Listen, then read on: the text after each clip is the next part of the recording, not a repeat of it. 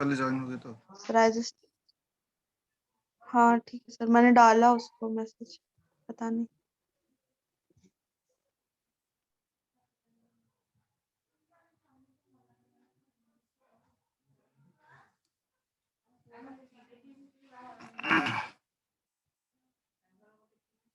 अनुसे तुम्हें ये पीएलटी के बारे में मालूम है? तो प्रोग्राम लॉजिक एंड टेक्निक, जिसमें तुम्हारा pseudo code and flow chart वगैरह रहता है।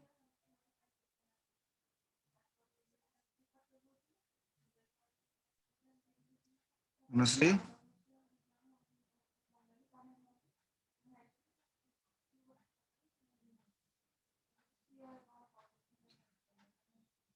अनुश्री मेरा ऑडियो आ रहा है?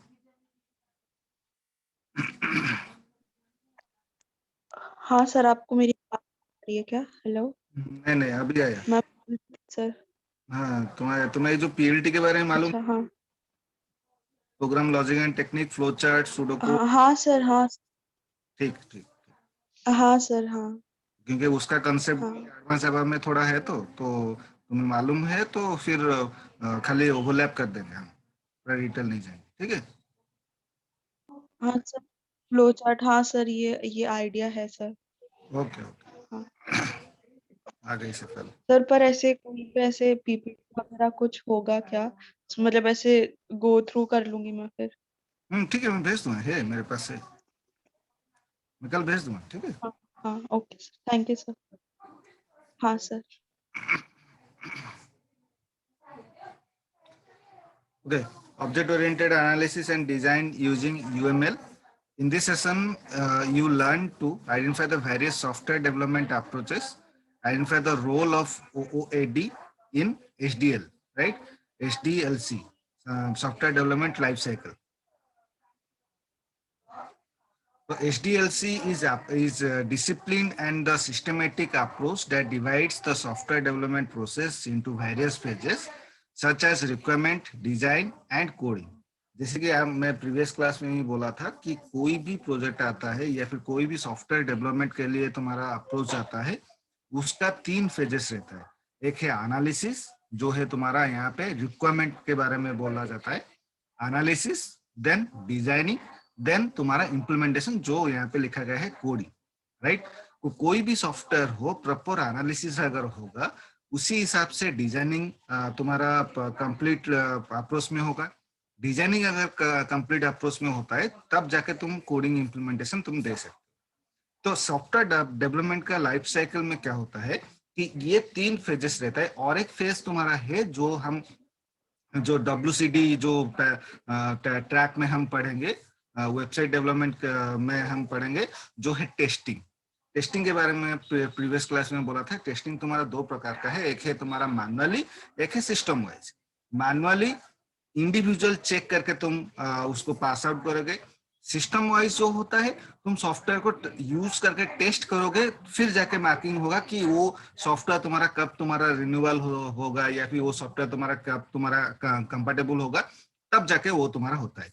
तो सॉफ्टवेयर डेवलपमेंट लाइफ साइकिल में मेनली ये 3 चीज रहता है, जिसमें तुम्हारा रिक्वायरमेंट है, डिजाइनिंग है। डिजाइनिंग तुम्हारा यूएमएल में अभी जो हम सेशन में जो पढ़ रहे हैं, वो तुम्हारा डिजाइनिंग पर्पस है। यूनिफाइड मॉडलिंग लैंग्वेज तुम्हारा उसका बोला जाता है, जहां पे मैं एंटिटी क्रिएट करूंगा, एट्रीब्यूट क्रिएट करूंगा, हम रिलेशन एंटिटी एट्रीब्यूट के साथ रिलेशनशिप में क्रिएट करेंगे, फिर हम फॉर्म डिजाइन करेंगे, फिर फॉर्म दूसरे फॉर्म के साथ कैसे लिंक आउट होगा, वो डिजाइनिंग होगा। क्या क्या तुम्हारा फॉर्म के ऊपर क्या क्या टेक्स्ट बॉक्स, क्या क्या लेबल, क्या क्या तुम्हारा बटन रहेगा, किस प्रकार का होगा, वो तुम्हारा एनालिसिस होगा, वो तुम्हारा डिजाइनिंग पर्पस में होता है। देन फाइनली हम कोडिंग देते हैं। The phase-wise software development process helps you track schedule, cost, and quality of the software project. There are 6 phases of HDLC: flexibility analysis, requirement analysis and specification, design, coding, testing, and maintenance. Different types of project have different requirement. It is required to tailor the HDLC phase to meet the specific needs of the project. The tailoring the HTL's phases gives rise to various software development approaches, that is waterfall approach, prototyping approach, spiral approach, win-win spiral approach, incremental approach, right? ये सारा तुम्हारा approaches तुम्हारा है. तो briefly हम जानेंगे sequentially. पहले waterfall approach. Waterfall approach क्या है? Describe the software development process in a linear sequential flow. Is the earliest approach used for software development. Defines the software development process in 7 phases: conception, initiation, analysis, design, construction, integration and testing, implementation and maintenance, right? Waterfall approach तुम्हारा क्या है? जैसे कि तुम्हारा जब तुम्हारा जो कोई अगर वाटरफॉल अगर तुम देखोगे, वहां पे देखोगे वाटरफॉल जब गिरता है, वाटर जब गिरता है ना, पूरा सिक्वेंशियली गिरता है. ऐसा नहीं कि बीच में कहीं पे आएगा फिर जंप करेगा फिर और एक कहीं पे आएगा. सिक्वेंशियली जहां से शुरू हो रहा है वहां से सिक्वेंशियली तुम्हारा वाटरफॉल आ रहा है. ये तो सेम चीज यहाँ पे है. जब तुम वाटरफॉल अप्रोच तुम अप्लाई करोगे, वाटरफॉल अप्रोच में सिक्वेंशियली तुम्हारा सॉफ्टवेयर डेवलपमेंट के लिए प्रोसेस यूज होगा. पहला होता है conception, initiation, analysis, design, construction, integration and testing, implementation and maintenance. सारा सिक्वेंशियली तुम्हारा अप्रोचेस तुम्हारा किया जाता है, राइट? जैसे कि तुम्हारा फॉर एग्जांपल कि तुम अगर कहीं पे एडमिशन ले रहे हो, राइट? सपोज मान लो कॉलेज में एडमिशन ले रहे हो, कॉलेज के लिए फॉर्म डालना पड़ता है, फिर तुम्हारा शॉर्ट लिस्टेड आता है, फिर तुम एडमिशन करते हो, फिर तुम्हारा आई कार्ड मिलता है, फिर जाके तुम्हारा इंट्रो क्लास होता है, फिर जाके तुम्हारा क्लासेस होता है, एग्जाम होगा, फिर जाके सर्टिफिकेट आएगा. ये है लिनियर सीक्वेंशियल फ्लो, राइट? ये जो सीक्वेंशियल फ्लो जो होता है इसको बोला जाता है वाटरफॉल. ऐसा नहीं कि मैं कॉलेज में एडमिशन कर दिया तो मुझे डायरेक्टली सर्टिफिकेट मिल जाएगा, ये वाटरफॉल नहीं है. सिक्वेंशियल प्रोसेस जो होगा उसी प्रोसेस के हिसाब से मेरा गोल क्या है, सर्टिफिकेट पाना, राइट? बट ये जो सर्टिफिकेट जो पाओगे तुम, ये पूरा सिक्वेंशियली तुम्हारा एनालिसिस करके सिक्वेंशियली अप्रोचेस करके तुम सर्टिफिकेट पा सकते हो. This is called as a waterfall. The following figure shows various phases of the waterfall approach. Conception, initiation, analysis, then design, construction, integration and testing, then implementation and maintenance. Also known as evaluation approach, prototyping approach, right? Prototyping approach may also is called as a evaluation approach. Is a simple implementation of the system that show limited and main functional capability of the proposed system. Is used in the requirement gathering and analysis phase to capture the exact requirement of the proposed system, right? Prototyping system का मतलब क्या है? ये एक प्रकार का तुम्हारा evaluation होता है, राइट? जैसे कि मान लो तुम्हें किसी पार्टी ऑर्गेनाइज करना है, राइट? पार्टी ऑर्गेनाइज में सपोज मान लो कि तुम्हें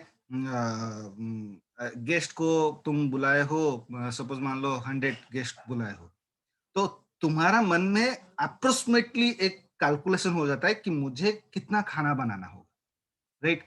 कितना मैं अगर करूंगा तो 100 पीपल्स आराम से तुम्हारा खा सकते हैं. तो ये जो कैलकुलेशन होता है, ये जो इवैल्यूएशन होता है, उसको बोला जाता है प्रोटोटाइपिंग अप्रोच, राइट? कि सॉफ्टवेयर जब हम क्रिएट करते हैं, अप्रोक्सीमेटली हम उस सॉफ्टवेयर के अंदर या फिर वो वेबसाइट के अंदर कितना पेजेस होगा, क्या तुम्हारा बटन क्रिएट होगा, किस पेजेस में क्या क्या रहेगा, ये हम अप्रोक्सीमेटली इवैल्यूएशन कर देते हैं. एंड वो जो सॉफ्टवेयर हम डेवलप करेंगे, वो सॉफ्टवेयर कितने साल के बाद फिर से रिन्यूअल के लिए मांगेगा, राइट? किस तरह मेंटेनेंस होगा, क्या तुम्हारा एरर आ सकता है, उसके लिए क्या सोल्यूशन दिया गया है, ये सारा चीज इवैल्यूएशन होता है. ये हुए इवैल्यूएशन करने के लिए उस अप्रोच को बोला जाता है prototyping approach. Clear?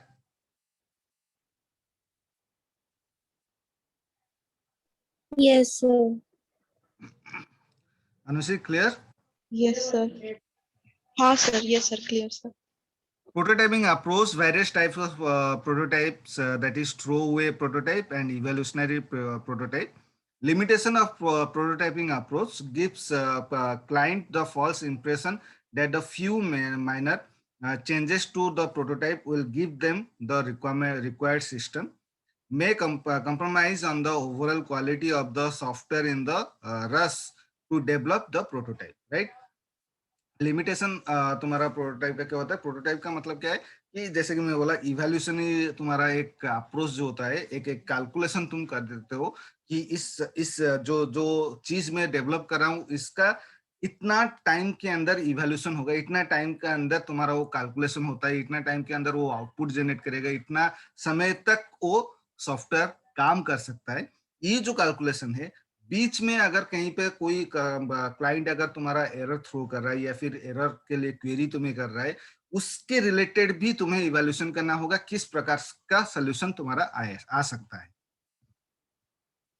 Spiral approach includes the iterative nature of the prototyping approach and the linear nature of the waterfall approach. The is ideal for developing software that are released in various versions.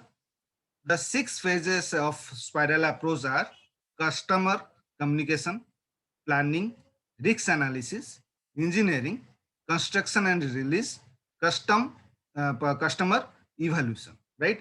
ये तुम्हारा 6 phases है तुम्हारा spiral approach के लिए। पहला होता है customer का कम्युनिकेशन, राइट? कस्टमर के साथ तुम कम्युनिकेशन कर सकते हो कि जैसे देखो, जैसे कि सॉफ्टवेयर अगर तुम डेवलप कर रहे हो, तो सॉफ्टवेयर डेवलपमेंट के लिए करने के लिए जो जो माइंड चाहिए, जो एनालिसिस चाहिए, एक आदमी नहीं कर सकता है। जब तक वो सॉफ्टवेयर को कोई यूज नहीं कर रहा है, तब तक वो जान नहीं सकता है कि इस सॉफ्टवेयर में और क्या रिक्वायरमेंट होगा या फिर और क्या क्या फीचर्स ऐड होने से ये चीज मेरा ओवरकम हो सकता है, राइट? इसके लिए तुम्हें चाहिए कस्टमर के साथ कम्युनिकेशन। इसलिए कोई भी रेस्टोरेंट ले लो, कोई भी तुम्हारा मॉल ले लो या फिर शॉपिंग मॉल ले लो, मार्केट कॉम्प्लेक्स ले लो, वहां पे फीडबैक रहता है। तो फीडबैक को वो ऑब्जर्व करते हैं कि कस्टमर क्या डिमांड कर रहा है, कस्टमर का क्या रिक्वायरमेंट हो रहा है, फिर जाके वो अपने सिस्टम में चेंजेबल करते हैं। ये तो सेम चीज मेरा यहाँ पे है, राइट?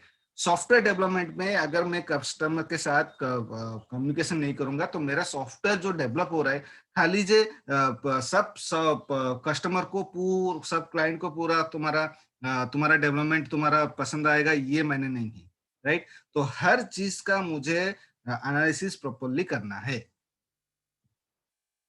ये उसका spiral approach, right? Win-win spiral approach is an extension of the spiral approach. The phases in this approach are same as the phases in the spiral approach. In this approach, the development team and the customer hold the discussions and negotiate on the requirement that need to be included in the current iteration. The approach is called win-win because it is winning situation for the development team and also for the customer. The win-win spiral approach is generally used when you have time-bound release, right? Market जब जाते हो ना, ठीक है, कभी bargaining किए हो market में? कोई भी चीज खरीदने के लिए बार्गेनिंग करते होगे, राइट? तो जब बार्गेनिंग होता है, यस सर। ये सपोज मान लो कि तुम एक एयर बैग एक खरीद रहे हो, राइट? वो दुकान वाला बोला कि ये 2000 रुपीज है, राइट? तो 2000 रुपीज दुकान वाले ने बोला, तुम क्या बोले? तुम बार्गेनिंग किए, राइट? तुम बोले कि नहीं, 1000 रुपए मैं दे सकता हूँ, राइट? उस बार्गेनिंग में भेस होता है, राइट? एक आर्गुमेंट होता है, राइट? दुकान वाला बोल रहा होगा नहीं, ये नहीं हो सकता है, तुम आप 500 रुपये काट लीजिए, 1500 रुपये दे दीजिए। तुम बोले हो कि नहीं हो रहा है। तो वहां पे ऑब्जर्व करना, जो आर्गुमेंट दोनों के अंदर हो रहा है, लास्ट में एक सोल्यूशन में तुम्हारा वो एग्री होता है, जो क्लाइंट भी कस्टमर भी एग्री करता है एंड दुकान वाला भी एग्री करता है। उस जो पॉइंट को जो एग्री होता है, उसको बुलाते हैं win win spiral, right? Win win spiral approach, जिसका दुकान वाला भी तुम्हारा, डेवलपर भी तुम्हारा उसका भी गेन हो सकता है एंड कस्टमर का भी गेन हो सकता है। उस पॉइंट को बोला जाता है win-win spiral approach. The win-win spiral approach is generally used when you have time bound release, right, जहां पे तुम्हारा टाइम बाउंड होता है, क्योंकि ऐसा नहीं है कि सॉफ्टवेयर एक क्लाइंट अगर तुम्हें अप्रोच किया कि एक सॉफ्टवेयर डेवलप करो तो तुम करते रहोगे, राइट, एक टाइम लिमिट होता है, राइट, इतने टाइम के अंदर मुझे ये चीज करना है, इसलिए तो तुम्हारा रिन्यूअल रहता है, राइट, हर सॉफ्टवेयर का रिन्यूअल है, हर सॉफ्टवेयर का। एक सपोज कोई सॉफ्टवेयर तुम्हारा 1 साल में होता है, कोई सॉफ्टवेयर तुम्हारा 2 साल में होता है, तो रिन्यूअल तुम्हारा होता है, तो एक टाइम बाउंड होता है।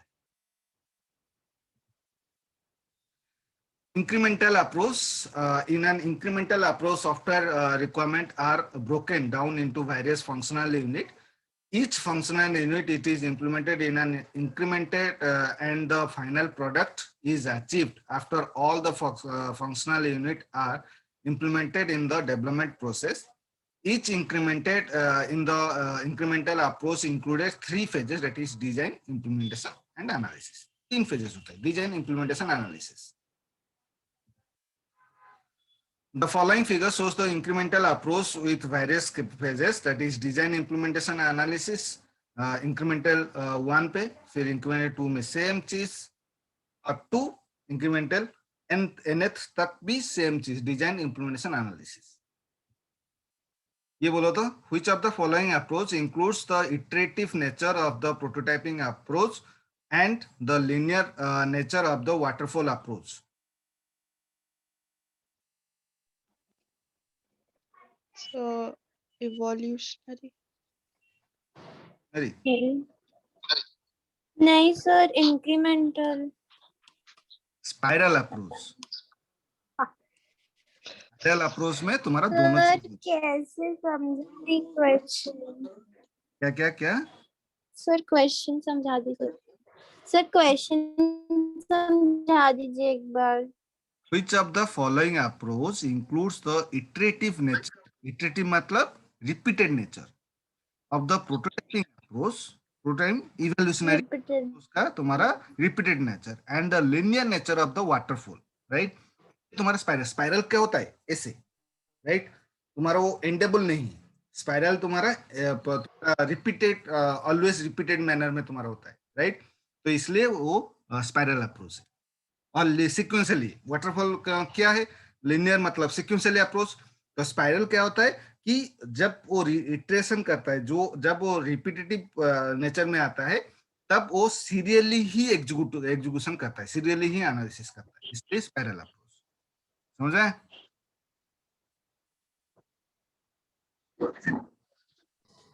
Yes sir. शेफाली क्लियर हुई?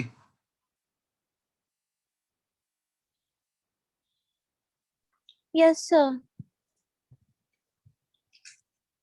इवैल्यूएशन अप्रोच, इवोल्यूशनरी अप्रोच क्या होता है कि तुम एक प्रेडिक्शन कर रहे हो, एक इवैल्यूएशन कर रहे हो, राइट, वो तुम्हारा रिपीटेटिव नेचर में नहीं है या फिर लिनियर नेचर में नहीं है, तुम एक प्रेडिक्शन कर रहे हो कि मेरा सॉफ्टवेयर जो होगा ये मेरा इस प्रकार से हो सकता है, राइट। एंड इंक्रीमेंटल अप्रोच क्या होता है कि तुम इंक्रीमेंट कर रहे हो, यहाँ पे रिपीटेटिव नहीं हो रहा है या फिर तुम्हारा लिनियर नेचर नहीं हो रहा है। समझ आ रहा है?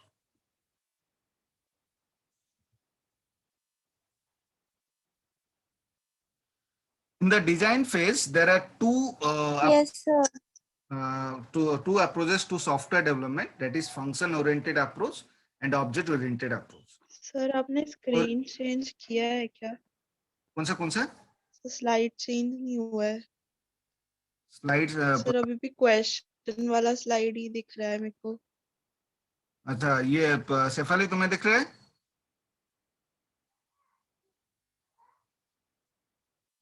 शेफाली? हाँ सर मुझे दिख रहा है। हाँ अच्छा, सर मुझे दिख रहा है। हाँ सही। जैसे मैं अपना नेटवर्क चेक करती हूँ। यस हाँ, तुम अगर नेटवर्क अगर होल्ड हो रहा है तो तुम काट के फिर से ज्वाइन हो सकते हो, ठीक है। So in the designing phase, there are two approaches to software development, that is function oriented approach is module centric and concentrate on function of the software. Object oriented approach port arrays things as they exist in the real world. Introduce the concept of inheritance, which allows reuse of existing code component. Supports inheritance, reusability, and conceptually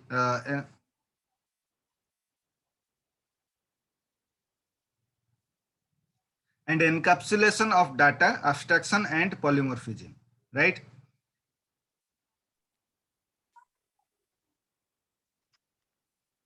Anushree share हो रहा है, दिख रही हो? Yes, sir. Yes. Anushree दिखे अभी slide से share हो रहा है? नहीं सर, मेरे को अभी स्क्रीन दिखना स्टार्ट भी नहीं हुआ सर, शायद मेरे साइड से कनेक्शन का इशू है। शायद तुम्हारा नेटवर्क प्रॉब्लम हो रहा है। ठीक है, हाँ सर, अभी दिखा सर। दिखा तो ठीक है। हाँ। तो मेरा डिजाइनिंग फेजेस में तुम्हारा दो अप्रोचेस होता है। एक है फंक्शन ओरिएंटेड अप्रोच कि एक सॉफ्टवेयर में क्या क्या फंक्शन मेरा इंप्लीमेंटेशन हो सकता है, क्या क्या फंक्शन में उसको यूज कर सकता हूँ मॉड्यूलर एनालिसिस करके। एंड और एक है तुम्हारा ऑब्जेक्ट ओरिएंटेड अप्रोच जो कि रियल वर्ल्ड कंसेप्ट को लेके, रियल वर्ल्ड थिंकिंग को लेके तुम्हारा लैंग्वेज में इंप्लीमेंट किया जाता है या फिर तुम्हारा सॉफ्टवेयर में इंप्लीमेंट किया जाता है, जहां पे हम रियल वर्ल्ड का जो प्रॉब्लम है उस कंसेप्ट को हम सोल्यूशन निकाल सकते हैं। राइट? तो यहाँ पे तुम्हारा बहुत सारा चीज ऐसा है रियल वर्ल्ड में जो तुम्हारा सपोर्ट करता है सॉफ्टवेयर डेवलपमेंट में, जैसे कि तुम्हारा इनहेरिटेंस हो, रियूजेबिलिटी हो, एनकैप्सुलेशन हो, एंड एब्स्ट्रैक्शन हो, पॉलीमॉर्फिज्म हो। राइट? ये सारा कंसेप्ट तुम्हारा यूज होता है तुम्हारा सॉफ्टवेयर डेवलपमेंट, ये जो कंसेप्ट तुम्हारा यूज होता है तुम्हारा सॉफ्टवेयर डेवलपमेंट केसेस में। मुझे बोलो पॉलीमॉर्फिज्म का मतलब क्या है? पॉलीमॉर्फिज्म सी प्लस प्लस में पढ़े होगे। अगर तुम कोर जावा सेफाली जैसे कोर जावा की है तो पॉलीमॉर्फिज्म वो भी जानती होगी। पॉलीमॉर्फिज्म। हाँ सर, हाँ सर। बोलो पॉलीमॉर्फिज्म। सर एक्सप्लेन करना है? हाँ करो। सर मतलब उसमें क्या बोलते हैं, मतलब ऐसे वेरियस मेथड्स यूज करते हैं ताकि हम डिफरेंट डिफरेंट एग्जीक्यूट कर पाए एक्शंस इन। सर वही होता है ना कि वो बहुत सारे क्लास में अकर करता है और इनहेरिटेंस के थ्रू रिलेटेड होता है ना? ओवरऑल ठीक है, जानते हो। राइट? अनुश्री जानती हो? नहीं सर, एक बार बता दीजिए। पॉलीमॉर्फिज्म दो वर्ड को लेके है, एक है पॉली, दूसरा है मॉर्फोस। Right? Poly means many, मॉर्फोस means forms. उसको कनेक्ट कर दूं तो मेनी फॉर्म्स। पॉलीमॉर्फिज्म का कंसेप्ट क्यों आया? क्योंकि सपोज मान लो कि मैं तुम्हें एक सॉफ्टवेयर डेवलप करने के लिए बोला या फिर एक बड़ा सा प्रोग्राम डेवलप एग्जीक्यूट करने के लिए बोला, राइट करने के लिए बोला, जहां पे तुम्हारा 20 फंक्शन यूज होगा, 20 फंक्शन उस प्रोग्राम में यूज होगा। अभी 20 फंक्शन के लिए तुम्हें हर फंक्शन का नाम तुम्हें यूनिकली सोचना होगा। राइट? ये फंक्शन तुम्हारा ये नाम होगा, उस फंक्शन का नाम तुम्हारा उस होगा। कैसे? लॉजिकल रिलेटेड, तुम्हारा जो स्टेटमेंट होगा उसी के हिसाब से तुम्हारा फंक्शन होगा। अभी 20 फंक्शन तुम्हारा यूनिक सोचने से अच्छा पॉलीमॉर्फिज्म का कंसेप्ट ये बोल रहा है एक सिंगल नेम का फंक्शन तुम डिक्लेयर करो एंड डिफरेंट डिफरेंट फॉर्म्स में उस नाम को यूज करो by the using of signature of parameter. अगर तुम्हें एक फंक्शन डिफरेंट डिफरेंट क्राइटेरिया में तुम उसको यूज करोगे एंड सिग्नेचर पैरामीटर अगर उसका डिफर होगा तो उसको बोला जाता है तुम्हारा फंक्शन ओवरलोडिंग। उस कंसेप्ट का सपोर्टिंग है तुम्हारा पॉलीमॉर्फिज्म। राइट? वो जो पूरा कंसेप्ट को बुलाया था पॉलीमॉर्फिज्म। राइट? जो दो वर्ड को लेके है poly and मॉर्फोस। Poly many, मॉर्फोस forms, many forms. एक नाम का डिफरेंट डिफरेंट फॉर्म्स तुम्हारा होता है। तो throughout the program uniquely function का नाम सोचने से अच्छा एक नाम को मैं डिफरेंट डिफरेंट सर्कमस्टेंस में मैं उसको यूज कर सकता हूँ। राइट, वो है तुम्हारा पॉलीमॉर्फिज्म। एंड वो जैसे कि मान लो कि मैं 4 फंक्शन डिक्लेयर किया, चारों फंक्शन का नाम दे दिया मैं ABC, ABC void ABC, void ABC, void ABC, चारों फंक्शन में डिक्लेयर किया। कंपाइलर कंफ्यूज होगा, जब तुम कॉल करोगे कंपाइलर कंफ्यूज होगा। सपोज मान लो कि मैं तो सैफाली सपथी तुम्हारा नाम है, एंड अनुश्री, सपोज मान लो कि तुम्हारा नाम भी सैफाली है, तुम्हारा सरनेम जो भी हो, राइट, तो तुम्हारा नाम भी सैफाली है। मैं डायरेक्टली बोलूंगा अगर सैफाली, तो तुम दोनों कंफ्यूजन हो गए, सर सैफाली को बोल रहे हैं या फिर अनुश्री तुम्हें बोल रहे हैं, राइट। तो मैं अगर बोलूंगा सैफाली सतपथी या फिर अनुश्री गुप्ता, तो प्रॉपर में दिया सिग्नेचर एक दिया ए फंक्शन को, ताकि कंपाइलर कंफ्यूज ना हो कि अभी प्रोग्राम के अंदर किस फंक्शन को एग्जीक्यूट करने के लिए बोला गया है, कस्टमर मैंने कमांड दिया है किस फंक्शन को एग्जीक्यूट करने के लिए। तो इसीलिए उसका सिग्नेचर पैरामीटर को डिफर किया जाता है। सिग्नेचर पैरामीटर क्या है? फंक्शन डिक्लेरेशन टाइम में पैरेंथेसिस ब्रैकेट के अंदर जो डाटा टाइप तुम जो वेरिएबल डिक्लेरेशन करते हो उसको बुलाते हैं सिग्नेचर पैरामीटर। वो तुम्हारा 3 प्रकार का है, types of parameter, sequence of parameter, numbers of parameter.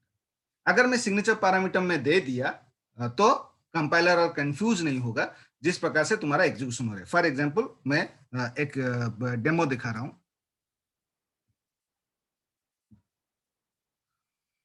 ताकि तुम्हें आइडिया आ जाए।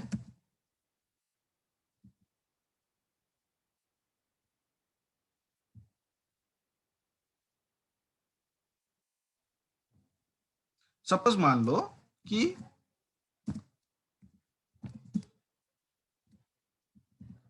वॉइड एबीसी उसका बॉडी है। मैं खाली एग्जांपल दे रहा हूं, पूरा प्रोग्राम नहीं लिख रहा हूं, खाली एग्जांपल दे रहा हूं। स्टेटमेंट लिखा उसके अंदर, देन अगेन और एक फंक्शन डिक्लेयर किया सेम नाम से, उसके अंदर भी डिफरेंट लॉजिक लिखा है, राइट।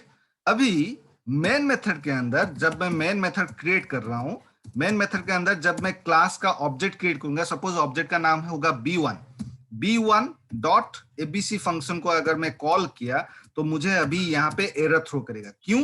क्योंकि कंपाइलर कंफ्यूज होगा कि किस फंक्शन को यूजर अभी कॉल करने के लिए, एग्जीक्यूट करने के लिए कमांड दे रहा है, राइट।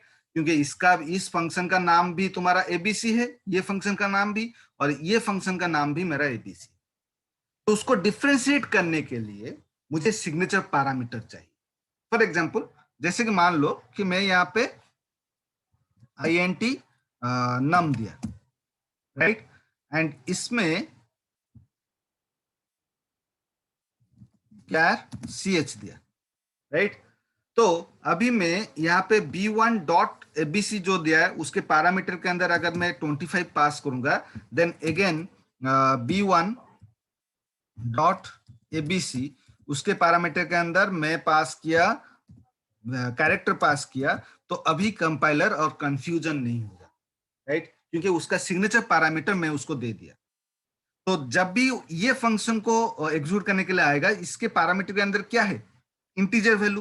तो इंटीजर वैल्यू का मतलब ये है कि थ्रू आउट द प्रोग्राम वो ढूंढेगा किसके जो एबीसी नाम के फंक्शन के पैरामीटर के अंदर कहां पे तुम्हारा इंटीजर रिलेटेड वेरिएबल डिक्लेयर किया गया है, तब जाके उस फंक्शन को एग्जीक्यूट करेगा। एंड इस पूरे कंसेप्ट को बोला जाता है तुम्हारा पॉलीमॉर्फिज्म, एंड इस कंसेप्ट को पर्टिकुलर इस कंसेप्ट को बोला जाता है फंक्शन ओवरलोडिंग। क्लियर अनुश्री?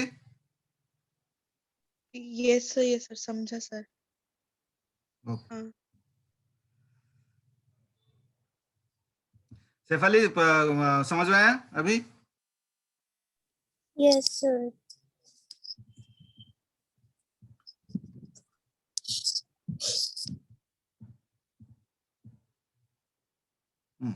उसके बाद तुम्हारा इनहेरिटेंस होता है। इनहेरिटेंस क्या होता है कि एक क्लास से और एक क्लास अगर मैं डिराइव कर रहा हूं उसको बोला जाता है तुम्हारा इनहेरिटेंस। उस इनहेरिटेंस अप्रोच में तुम्हारा क्या होता है कि चाइल्ड क्लास जो इनहेरिट हुआ है वो तुम्हारा पेरेंट क्लास का प्रॉपर्टीज हो, फंक्शन हो, अपने अंदर उसको यूज कर सकता है, वो है तुम्हारा inheritance. Encapsulation, encapsulation hiding of data होता है, राइट। वो सिर्फ और सिर्फ रिलेवेंट आउटपुट जो तुम कमांड दिए हो उस कमांड का आउटपुट क्या होगा वो तुम्हें खाली शो करेगा।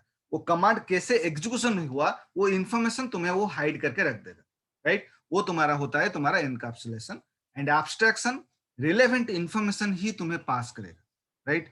आउटपुट के साथ रिलेवेंट इंफॉर्मेशन ही तुम्हें पास करेगा। कैसे हो रहा है? सिर्फ और सिर्फ रिलेवेंट इंफॉर्मेशन, ऐसा नहीं कि होल टोटल तुम्हें इंफॉर्मेशन पास करेगा। फॉर एग्जांपल जैसे कि मान लो तुम मार्केट गए हो, कोई अगर तुम्हें चीज खरीदना है, राइट। सपोज मान लो तुम एक कुर्ती खरीदने के लिए गए हो, कुर्ती, राइट, तुम्हारा जो कुर्ती होता है, गए कि जब एक दुकान वाले में गए, उस वहां पे सेल्समैन है, वो तुम्हें पूछा कि क्या चाहिए तुम्हें, राइट। तुम बोले हो कि कुर्ती चाहिए। रिटर्न वो स्टेटमेंट वो देता है कि कितने रेंज के अंदर तुम आपको कुर्ती चाहिए। तुम बोलोगे कि सर मुझे 2000 से 3000 के अंदर मुझे चाहिए, राइट। तो वो तुम्हें शो करेगा 2000 से 3000 के अंदर जो जो प्रोडक्ट है उसके पास मटेरियल है, शो करेगा। इसका मतलब ये नहीं कि उसके पास 2000 से नीचे प्रोडक्ट नहीं है या फिर 3000 से एवं प्रोडक्ट उसके पास नहीं है। उसके पास सब कुछ है, बट यूजर कितना अप्रोच करा है उसके रिलेटेड इंफॉर्मेशन शो अगर तुम्हारा किया जाता है, वो तुम्हारा होता है तुम्हारा abstraction, right? Just a second.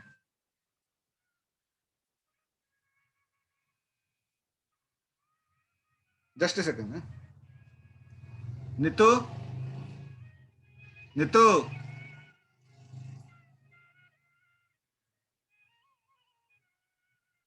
Phone asura Samba Anchor और तुम सांटी देखो कार ना, राइट। समझ में आया? एब्स्ट्रैक्शन समझ में आया? सर आपने स्लाइड्स ओपन किया है क्या? हाँ, तुम्हारा नेटवर्क। हाँ सर, हाँ ठीक है, सर, नहीं मेरे को दिख नहीं रहा है। ठीक है, ठीक है। मैं ये जो वीडियो जो मैं रिकॉर्डिंग कर रहा हूँ ना, वो वीडियो में तुम्हें रिकॉर्डिंग भेज दूंगा, ठीक है। हाँ सर, हाँ सर, थैंक यू सर। मैं स्लाइड भी तो अटैच करके भेजता हूँ तुम्हें, खाली सुन लो, कोई डाउट होगा तो पूछ लो, ठीक है।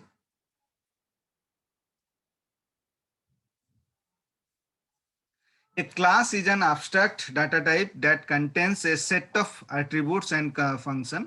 An object is an instance of a class, that is class member data one, right? ये है तुम्हारा member data one मतलब variable declaration and उसके अंदर function declaration होता है। तो क्लास के अंदर दो वेरिएबल डिक्लेयर किया है एंड दो फंक्शन डिक्लेयर किया है।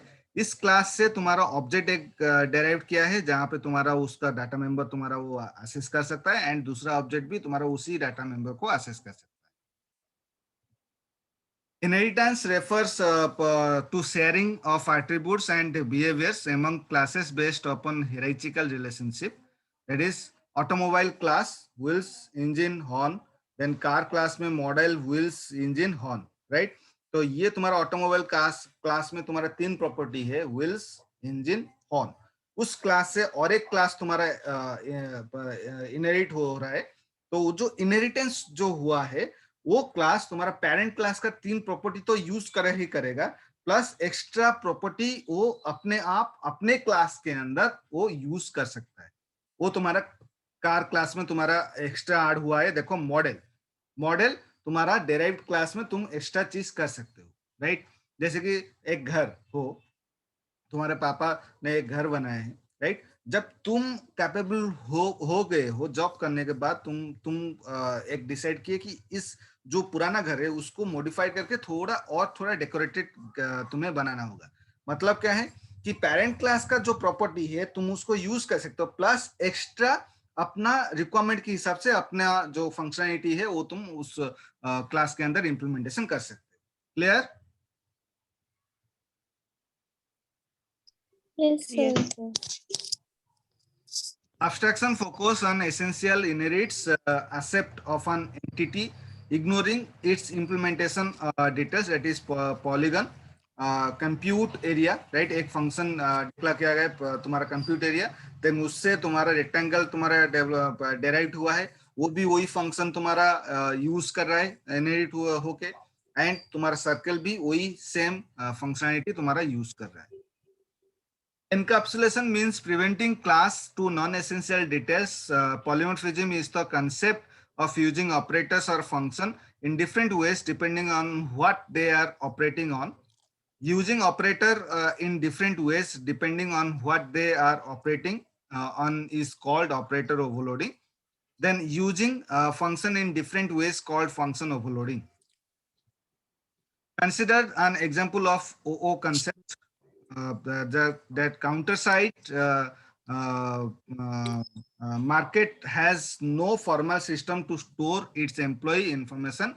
The organization now wants to store detailed information about its employees such as name, age, date of birth, email ID, department, employee code, salary, drawn, and date of joining.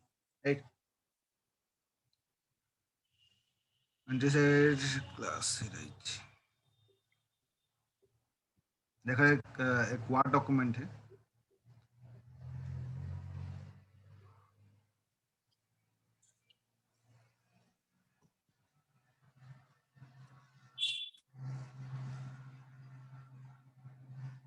Right, ये है ये जो concept जो दिया गया है ये थोड़ा ये हो रहा है, मैंने फ्लैश हो रहा है. ये जो कंसेप्ट ये जिस तरह बनाया गया है ना, यूएमएल में तुम्हें उस तरह बनाना होगा. मैंने ये जो कंसेप्ट है जो पढ़ाई जा रहा है इसका मतलब तुम्हारा यही है, तुम्हें इस तरह बनाना होगा. क्या क्लास का नाम होगा, उस क्लास के अंदर क्या क्या वेरिएबल रहेगा एंड फंक्शन रहेगा, उसको तुम्हें एनालिसिस करके ड्रॉ करना है, डिजाइन करना है. एंड उस क्लास से क्या क्या तुम्हारा इनहेरिट हो रहा है, एंड जो इनहेरिट हो रहा है उसके अंदर क्या क्या वेरिएबल होना चाहिए, क्या क्या फंक्शन होना चाहिए, ये भी तुम्हें एनालिसिस करके ड्रॉ करना है. इस तरह तुम्हारा ड्रॉ करना है. इस पूरे कंसेप्ट को बुलाते हैं UML, unified modelling language.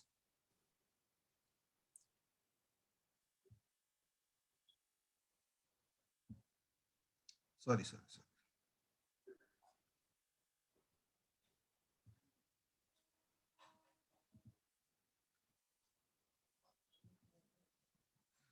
Which phase of HDLC includes translation of the requirements specified in the SRS into a logical structure that can be implemented in a programming language?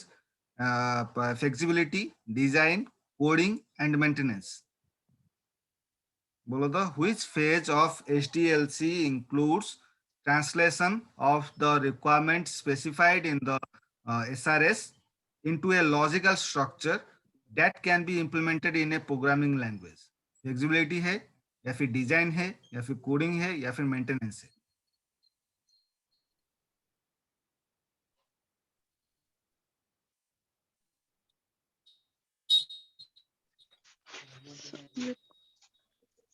Question नहीं दिख रहा है. अच्छा, ये होगा design. Sir coding. Design coding safely last. Sir क्या आज सारे गलत हो रहे हैं मेरे सर. तुम कल सुबह जाओगी, ठीक है, एक नारियल लेके जाओ मंदिर में, ठीक है, नारियल फोड़ो और आओ, पूरा करेक्ट होगा. ठीक है. देखो, कोडिंग सेफली नहीं होगा. क्यों? क्योंकि कोडिंग है लास्ट पार्ट. उस कोडिंग तुम्हारा स्टार्टिंग पार्ट नहीं, कोडिंग तुम्हारा एंडिंग पार्ट है. कोडिंग देना इतना मुश्किल नहीं है, right? But before that coding तुम बहुत सारा ऐसा चीज है. सर तो feasibility क्यों नहीं होगा? फेजिबिलिटी तुम्हारा एनालिसिस के ऊपर डिपेंडेबल है, राइट? सॉरी सर, मैंने आपको काटा, सॉरी सर. डिजाइन के ऊपर तुम्हारा डिपेंडेबल है. मतलब जैसे कि मान लो कि एक घर बना रहे हो, राइट? घर का अगर ब्लूप्रिंट अगर प्रॉपर नहीं होगा, मतलब डिजाइन अगर प्रॉपर नहीं होगा, घर माने डेवलप नहीं हो सकता है प्रॉपरली. अगर घर डेवलपिंग नहीं हो सकता है, तुम फ्लेक्सिबल नहीं हो सकते हो, राइट? तो डिजाइनिंग है तुम्हारा प्रॉपर इम्प्लीमेंटेशन, जो लॉजिकल स्ट्रक्चर के लिए तुम्हारा इम्प्लीमेंटेशन होता है, राइट? जिस अच्छे डिजाइनिंग करोगे, अच्छे ईमेल डिजाइन करोगे, उसी हिसाब से तुम्हारा सॉफ्टवेयर भी डेवलप होगा. The OO approach does not replace the standard. Sir हाँ बोलो. सर मतलब हमारी जो कोडिंग भी होएगी मतलब हम्म. बैकएंड में वो होगी डिजाइन के बेसिस पे. हाँ, मैं बोला ना, प्रॉपर एनालिसिस करोगे तो डिजाइनिंग भी प्रॉपर होगा. प्रॉपर डिजाइनिंग होगा तो तुम्हारा कोडिंग भी प्रॉपरली, तुम्हारा इम्प्लीमेंटेशन कोडिंग ज्यादा मुश्किल नहीं है. बट ये जो डिजाइनिंग हो, एनालिसिस हो, उसको तुम्हें खुद से करना होगा. कैसे तुम्हारा फ्लेक्सिबल हो सकता है, right?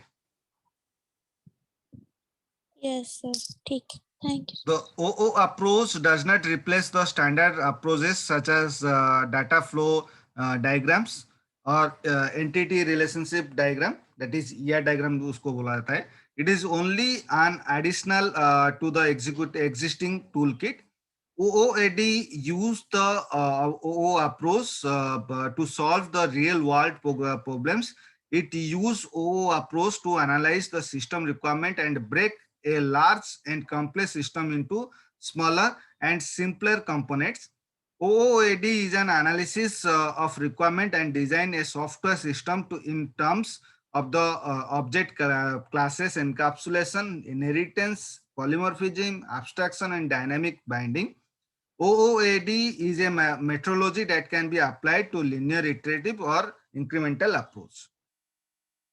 खत्म हुआ, right?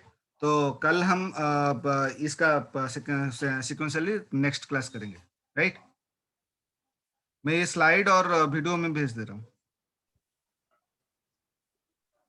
Yes, sir. Thank you, sir. Thank you.